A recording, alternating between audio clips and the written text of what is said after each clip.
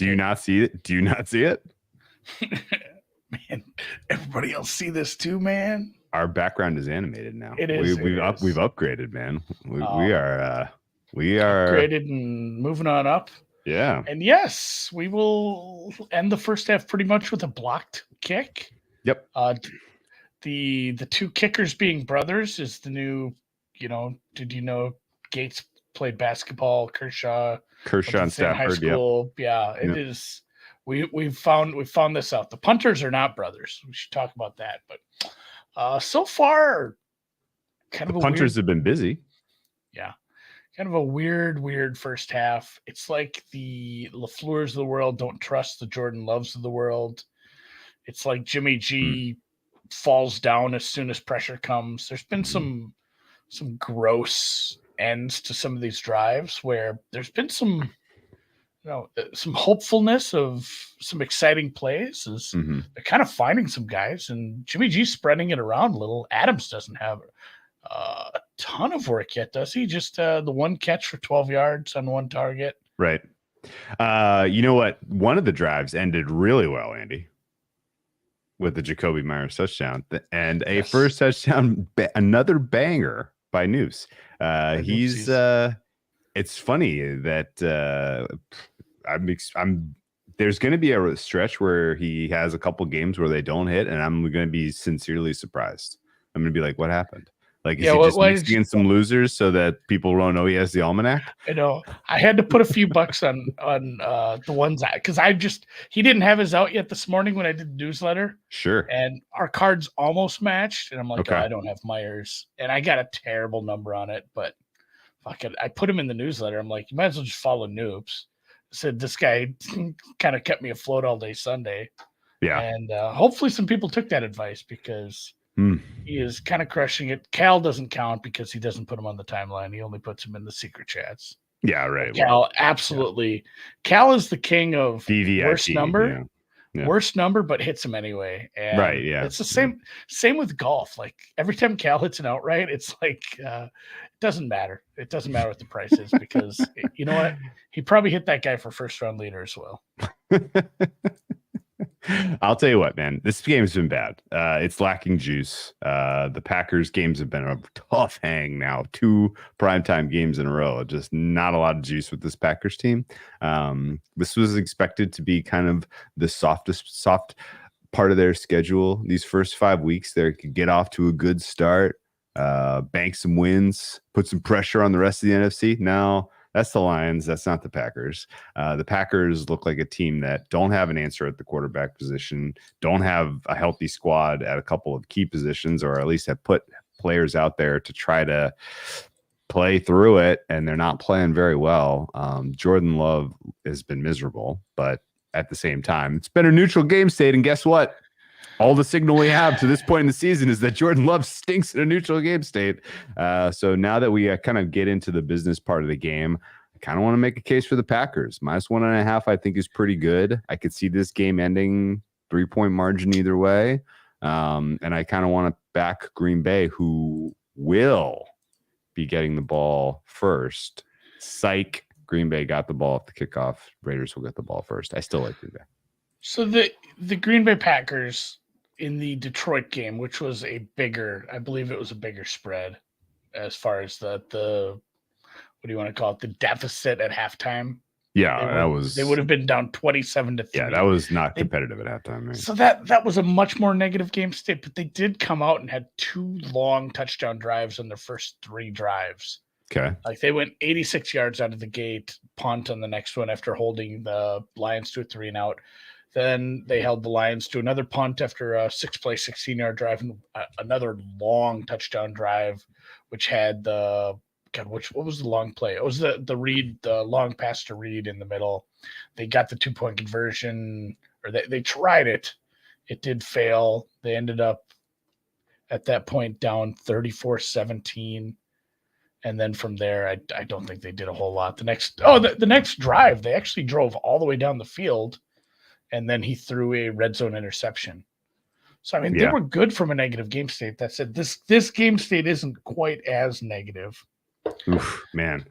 It's not, but it feels about that much because the Packers have managed just 112 yards of total offense. They had the one drive where things looked pretty clicky, but it ended in a field goal as they ran out of steam thanks to some weird decisions about 1st and 10 at the 20. Let's do a pretty telegraphed end around to our wide receiver that was a -5 yard play. And then that basically just, that pretty much cinched it for that drive being a field goal instead of a touchdown. The interception, you get an opinion on what that tells you about Love and his ability to kind of bounce back in the second half? Anything? Because he wasn't very aggressive in the next two drives, I mean. I think Dan tweeted this out, but like it wasn't like a linebacker stepped in front of a clearly open receiver. The guy behind the guy who picked it off was another Raider. I don't know what he was doing with that throw. Like it was just a really rough look. I'm surprised this total opened this high. But yeah, I'm fine with Packers. Packers. I don't know if I really want to look at their team total, but just Packers to play well because the Raiders haven't done much outside of the one drive. Yeah. The Raiders at least have a little more, I don't know, spirit, I guess.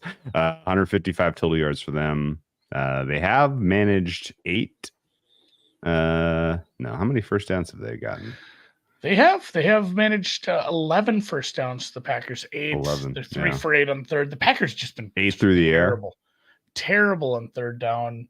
Yeah. 155 yards to 112 Raiders to the Packers. The Packers had, a drive or two that moved to midfield. They had the one field goal drive. The turnover is kind of the big play, I guess. They only did get the 3 points off that, but yeah. What's wild also is Jordan Love has had plenty of time to operate. He has not been sacked so far. I haven't noticed him getting hit, but he's just in general playing poorly. I don't know. I guess this is just a weak bet on the idea of Jordan Love in a negative game state can do something.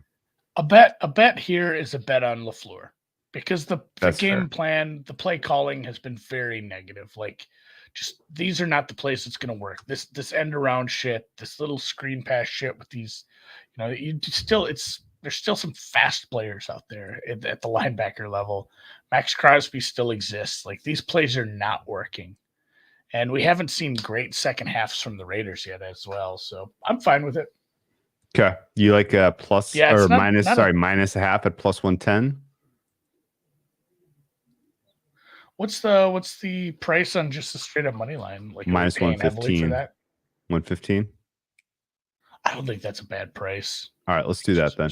Let's take Packers second half money line minus 115.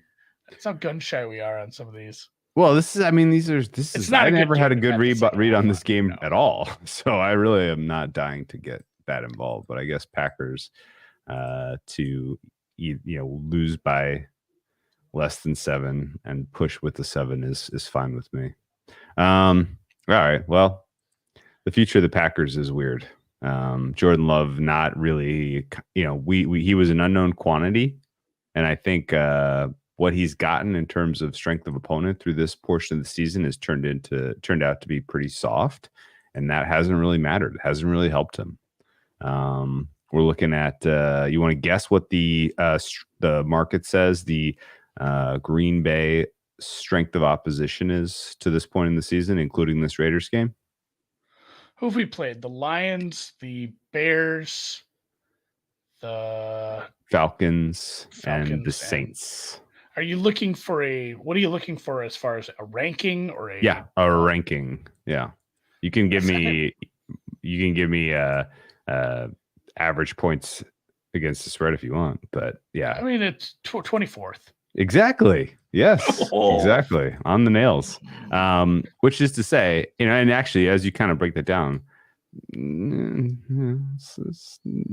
than the Bears game, not like an easy set of passing defenses to go against, but when you're generally this well protected, I mean, you should be doing better stuff than he is doing. I guess he had the one decent scramble. Maybe they lean into some more of that in the second half, because certainly that seemed like his athleticism was a pretty solid trait. But both quarterbacks should probably scramble a little more. Yeah. People are asking about McDaniel's first coach fired. Somebody kind of already answered it in the chat. They're not really cash rich in Las Vegas for Mark Davis. Right. It's a little struggly what they're paying him to try to pay him and another coach. Like they have to, I don't know, set him up for a crime where, they would get out of the money. Like they would have to frame him for a major crime in order to make him the first coach fired. Somebody asked about LaFleur too. Is LaFleur unfireable? I think he's earned enough equity up there where they're not going to just say, we need to move on with the first year of having to start it, Love. Not to say he couldn't be on some sort of hot seat next year if they're unhappy with how he's managed this transition, but I really don't think he's actually on a real hot seat this year, even if it's a bad year. I quasi disagree, because this was a bet. I mean, Jordan Love was a little bit of a career-defining bet from the top down here, and LaFleur, for whatever he's bringing you schematically in the positive, he has made a huge fundamental mistake of sticking with Joe Barry here. I was going to say, but I think that's a positive as well. Okay, you think because they can sacrifice him? Well, yeah, you have the sacrificial, you have the life raft, like Joe Barry. Just back. Yeah. We're saving Joe Barry in case of emergency. We're gonna deploy Joe Barry in case of emergency. You have that draw 4 in your hand, and you're like, I don't need this now, but I might need this later. And somebody hits the old reversio, and you draw 4, motherfucker. I like it. To Joe Barry. There might be conversations this offseason. Yeah. The owners' meetings they have at the Legion and the VFWs all across Wisconsin. Sure. Yeah, the owners' meetings. I will say this much, though, that you kind of, the bet with all these guys was that they were going to be able to transition, and what you've seen through 4.5, I guess, games of Jordan Love is a guy that's still not ready to play quarterback. That's an indictment of your process in terms of drafting in the first place, and it's an indictment in terms of your ability to develop a quarterback. So why give them another chance with another player? Or do you think literally they run this back next year with Jordan Love and try to sell this as nope, he just needed one more year? I'm okay with that too, because I think fundamentally my mind has been changed on quarterback development as a whole compared to where we were. And maybe we were always at this point 20 years ago, and we just weren't patient, or we didn't have the right resources. We didn't have the right technology. We didn't have the right knowledge from the coaching standpoint, from the training, everything, even to the point of like sports psychologists and stuff like that. If a quarterback stunk, he just stunk, and that was the end. You're a backup now. Whereas like we've seen this a couple times where we've really had to change our mind on quarterbacks. And I know Gino is not maybe ever going to be at the peak of what he is, but he's absolutely a starter, and he's a good starter after like sucking really badly. Josh Allen was a disaster that just everybody, oh my God, all he is just he's a project. He's just a big running quarterback that can't hit anybody. Now he's in the MVP top 3 every year at this point. Now where we're at, even to the point of like the Desmond Ritters, the Justin Fields of the world. Okay. We saw glimpses of, hey, maybe they're starting to get it. You're hearing some things on Fields. People are saying he's doing a better job of seeing the field. Ritter didn't stare down receivers nearly as bad. I mean, and that's just like 1 week to the next. Okay. I think the progress a young quarterback can make under the right conditions is different from where we're at, in years past. And I'm willing to really, really wash away my priors on what I think of a quarterback really quickly. I mean, Purdy is the great example of like, oh, this guy is, he's just coming in and he's doing the Nick Mullins shtick where he's not going to look bad because he's got too many good players around him, but clearly you can tell he's bad. Where at this point, it's like, you can have scheme and you can have skill players around you, but you can't.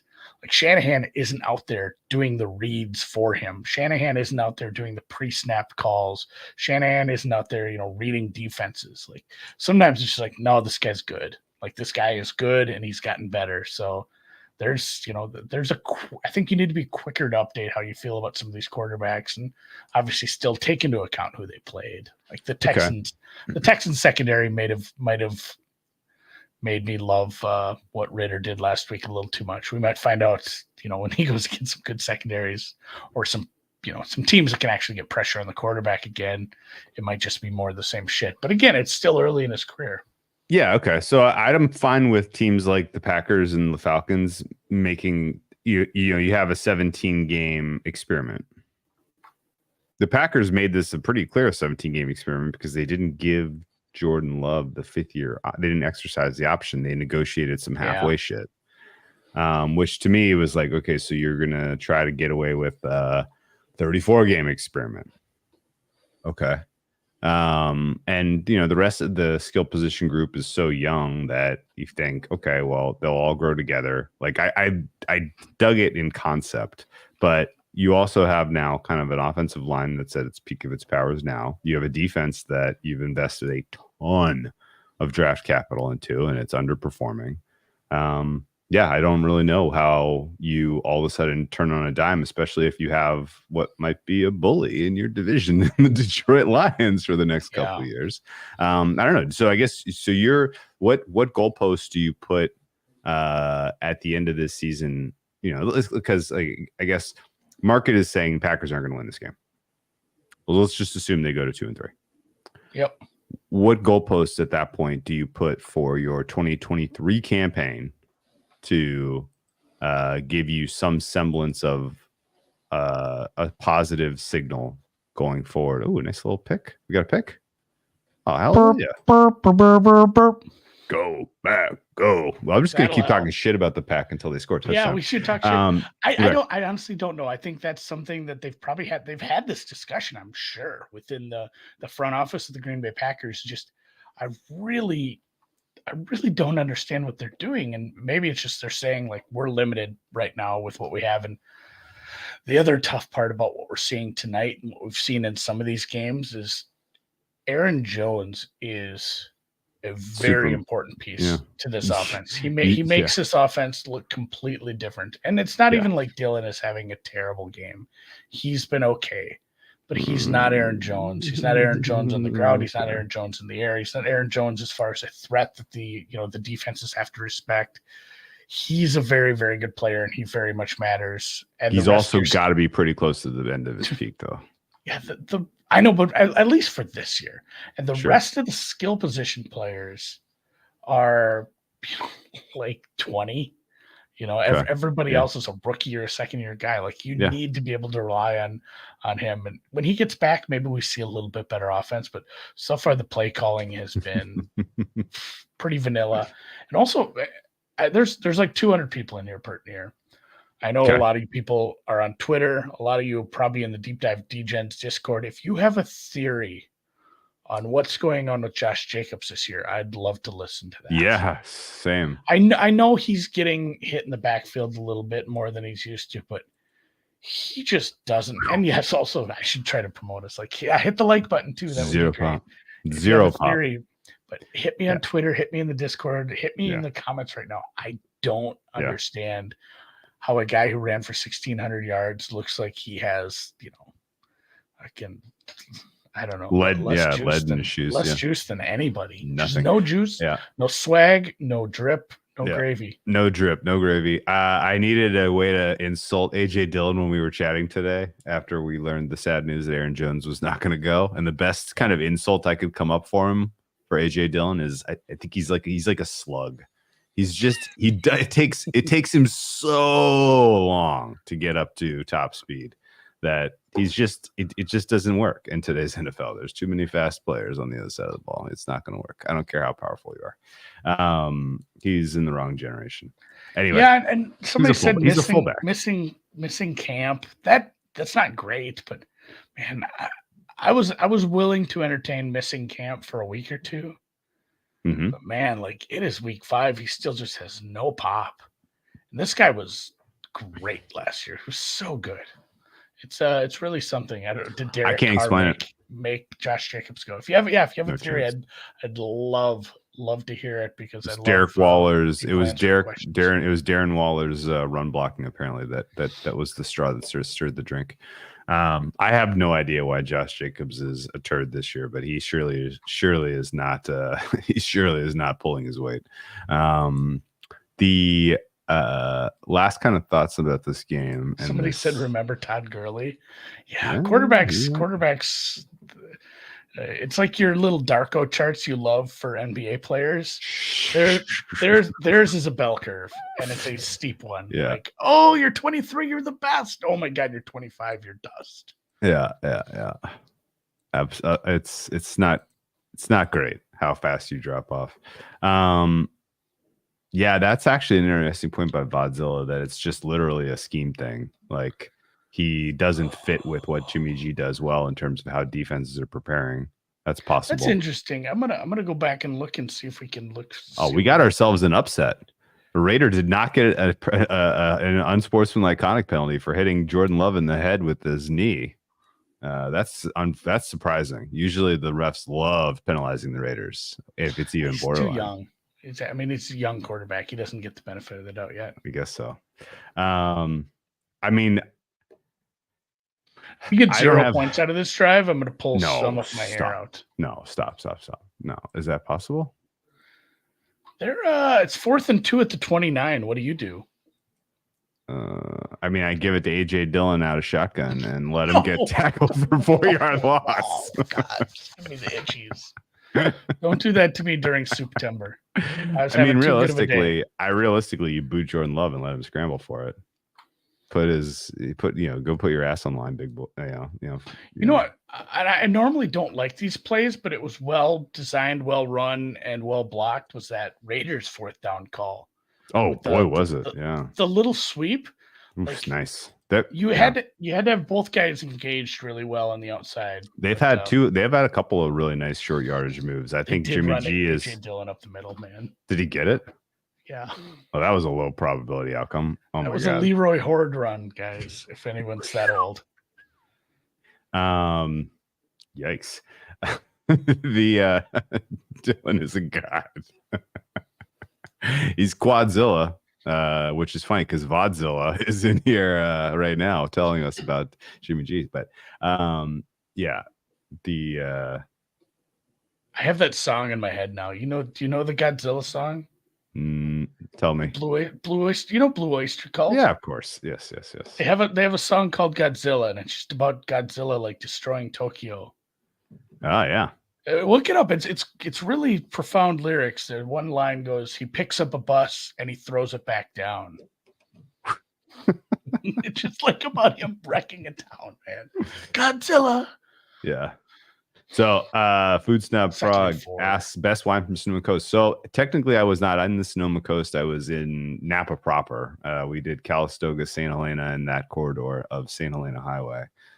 So we were doing big Napa cabs all weekend, and they were all excellent, honestly. 2019 turns out is going to be a very good year. 2018 super solid. 17 not as great. 16 was very, very good, and it's starting to get into a peak. Into its peak. I think that of the ones that I had, what was the best? Man. There was this kind of cool small family Howell Mountain mountainside grapes called Orchard that I really dug. It was a weird off the beaten path, and mountain grape in general from Napa Valley is gonna give you something a lot more interesting than Valley Floor. So that Orchard was pretty cool standout. They may have just run like 6 straight plays to Dillon. I'm checking right now. I'm my reverse jinx powers are at their peak right now. So I'm just gonna keep talking shit about him. There's zero chance he gets these last 5 yards. No way. The last 5, yeah, he is. You know what he needs right now? Zero. He needs some oxygen. He's gonna get AJ Dillon some oxygen because he is absolutely out of gas. I did have some Bonanza. It's good.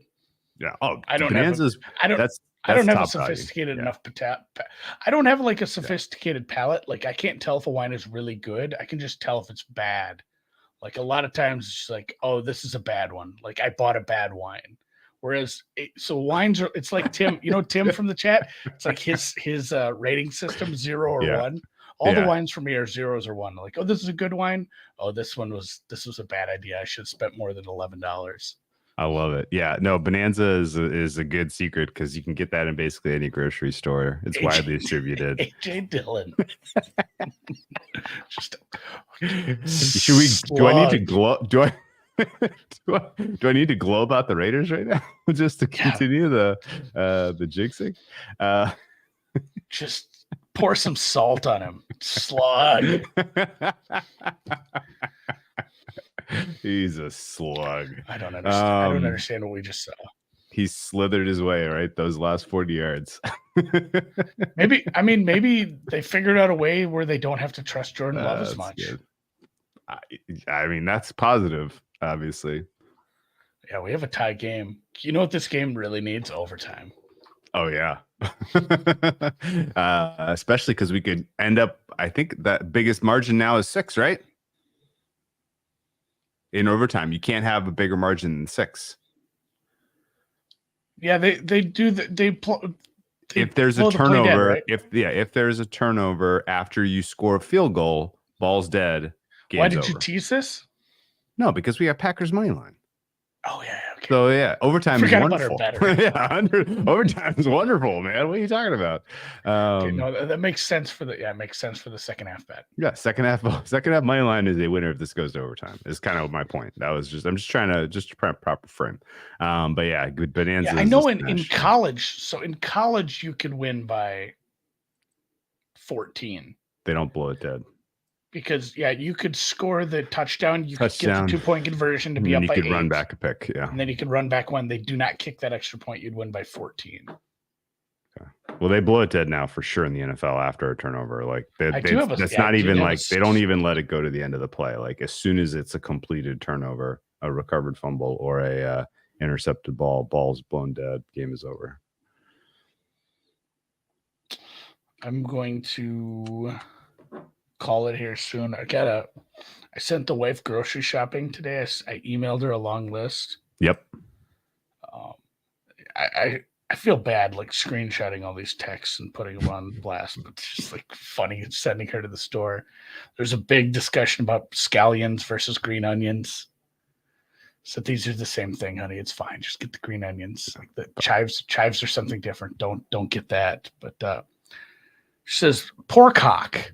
Is that the same as ham hock? I said, it's the ankle of a pig, darling.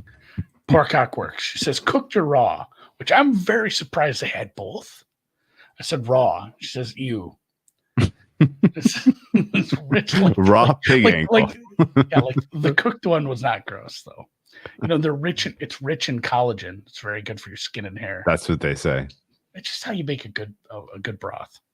Absolutely. No question about it. Just a lot of struggle from her. I love it. Some really good play. So Packers ended up with Jordan Love and AJ Dillon when they could have just taken Jalen Hurts. Let's be honest here. That would have been better. That's like tired. Bears should have drafted Mahomes. Wired. Packers should have drafted Hurts. Well, yes, I think that's pretty clear. There weren't very many good players that they passed on to take Dillon, so I can't really kind of lean into the slander of the slug, AJ Dillon. Did you make any bets for week 6 before we wrap? You got anything down yet? Nothing yet. Obviously, the Bears number has gone down now with Jefferson out. I'm at a certain point, that's a Vikings bet. Like Jefferson is very important, but Cousins is a good quarterback. Addison and Osborne aren't bad. Hawkinson's not bad. Like it's still if it were at home, if this were flipped and this were in Minnesota and it was Vikings -4.5. Yep. At home right now, I'd probably have already bet this. I just don't love the spot on the road in a division game. If it keeps going into some stupid number like Vikings pick, that might be a bet. There's a case to be made for, some more unders here. The Saints, Texans, some reason somehow have been bet up to 41. I don't understand why that's going that direction. Nice drop. Eagles, Jets.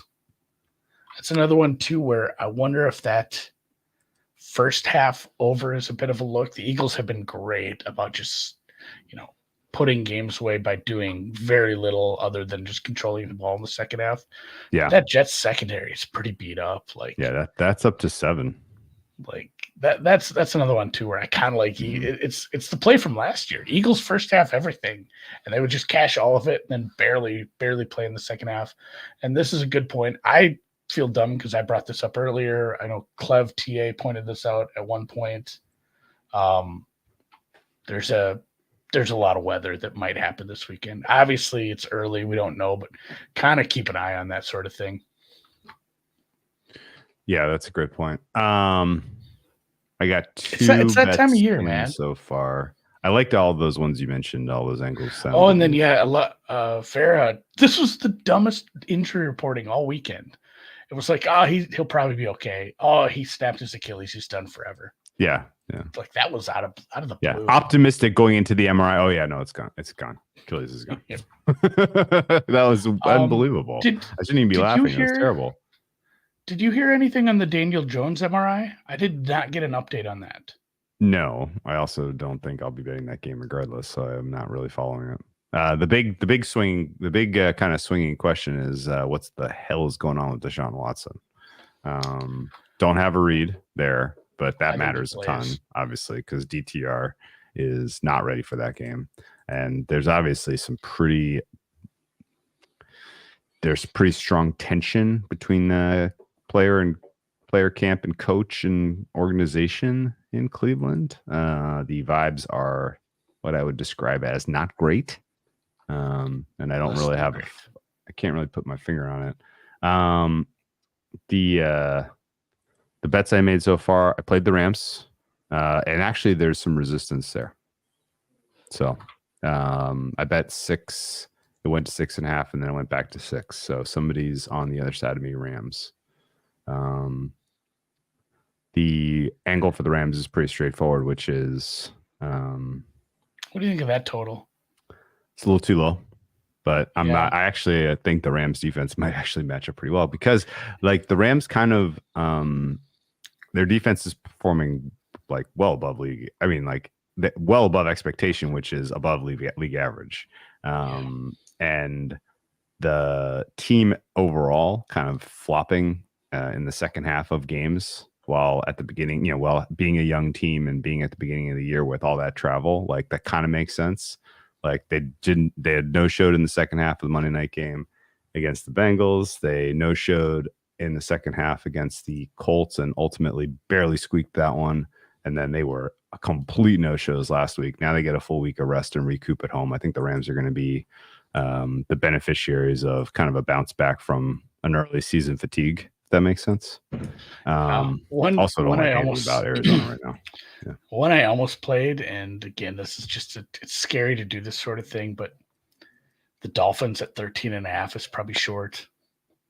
Could be. They got a bigger game next week, though. They're playing. I know they're going that's the into only thing prime that's keeping me off time against the. They're going into prime time against Philly next week, so they might put the good plays away if they're up. Big look ahead spot, but at this point, like seeing what they do on paper, and I have Carolina as a worse matchup for them, a worse matchup against them than last week. Like putting up 600-700 yards a game doesn't seem out of the realm of possibilities. That's another one where it's just like, if I had any faith in Carolina to move the ball, that would be an over bet. But yeah, that's probably what's going to keep me off that one. The Dolphins can win by 30 points in that, but if they choose not to put out the good plays, if they choose to rest Achane because he has a little bit of an MCL knee thing going on, that then I'm a lot less interested in that at that point. Yeah, we agree. One more I wanted to ask you about before I head out. Lions laying 3.5 on the road. Yeah, it's interesting. Bucks coming off the bye. Bucks surprising people a little, played really well against the Saints defense, where it was a weird game because he got virtually nothing out of Carr in that game. Yeah. They just didn't have to They didn't face a lot of resistance on the scoreboard from the other side, and Correct. they still looked decent though. Rested at home, Detroit's kind of at the top of their market. Is this a little too much delay? Look at Jordan Love finding a Christian Watson who's wide open, who's going to go for 80 yards. Was that Watson? And then they tack a little horse collar on top of it. Can't do that. It's cheating. Somebody Somebody in the deep dive Discord, did you see the negatively correlated parlay they got down on? That was Christian Watson over 100 yards, under 3.5 receptions. I've seen a couple of those now. Amico had a couple like that too. I think that one's gonna hit because he's got 2 for 83 now. Did they give you like bonus because it's negatively? It's massive. It was a massive number. It was like that's fair. Huge. Yeah. AJ Dillon's reverted to his slug mode. He's back on slug mode. Back on slug mode. He's on slug time, guys. Well, now I got to stick around for the end of this drive to see what happens at this point.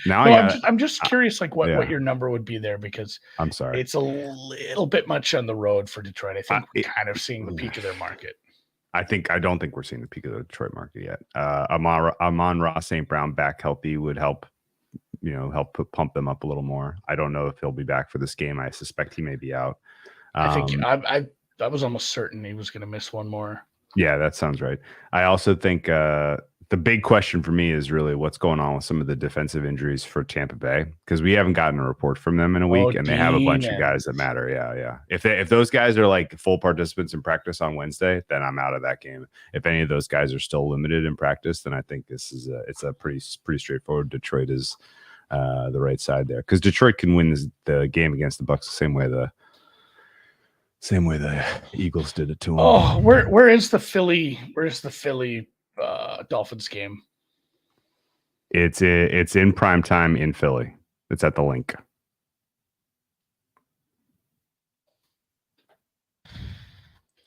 Philly -2. Like, they're pretty. No, it'll be bigger than that. That'll be a flat 3. I would be surprised if it's not a flat 3. I guess 2.5. Wow, you're high on Dolphins. I always thought I was high on Philly. I have signaled to bet Philly almost every week somehow. I can't believe here. Okay, I punched it in. I make it 2.8. Philly 2.8 with a 1.5 home field. That's fair. All right. Yeah, flat 3. I think is good horse collar. Good horse collar, I guess. Yeah, I guess I was. Yeah, it was. Who had it? Let me find and shout out that play, because I saw it and I was like, Marcus God damn, Peters. that's a fun one. New Raider, Marcus Peters. He's already got the Raider way figured out. Jim from Philly had the fun uncorrelated. Watson over 110, under 3.5 receptions. It was 15 to win, 7K. So now, how many yards does he have now? Do we need him to get hurt? He's got 83. So he needs like a 30. He needs like a 30-yarder, and then call it a night. 30-yarder where he comes up lame, hamstring just blown, and then Jim gets rich. Yeah, that'd be cool. I'm pulling for it, Jim. All right, let's call it. Good show. See you guys. Go Pack.